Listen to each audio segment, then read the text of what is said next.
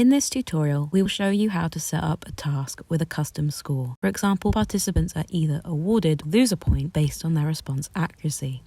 First, let's preview the task and see how it works in action. Throughout the task, the participant's current score is displayed in the top right corner of the screen. The score increases by 1 if the participant gives a correct answer and decreases by 1 for an incorrect answer. After the participant completes all the trials, their final score is displayed on the screen. To see how this has been set up, let's take a look at the screen in the trial display.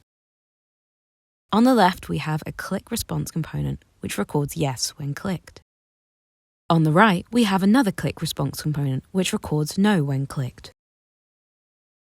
In the Screen tab, we have a scorer component. As the answer changes in a trial-by-trial basis, we have bound the scorer component to a column in the spreadsheet called Answer. In the Spreadsheet tab, you can see the answer column, which lists the correct answer for each trial, either yes or no. To award or deduct a point from participant scores based on their response accuracy, we need to go back to the Screen tab. On this tab, you can see a Save Data component, which has 2 destinations. In the first destination, we have selected the criteria to response accuracy and the accuracy as correct. For the operation, we then set this as add with a value of 1. The field is then set to a field in the store called score. For the second destination, we have again selected the criteria to response accuracy, but now we select the accuracy as incorrect. For the operation, we then set this as subtract with a value of 1.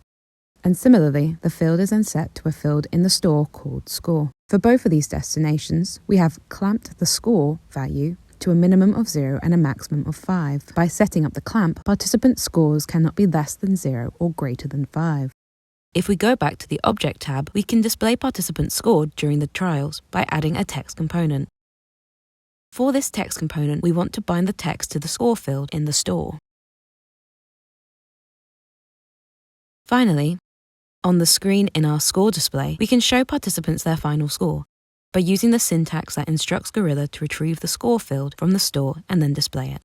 This means that participants will be shown the score at the end of the task.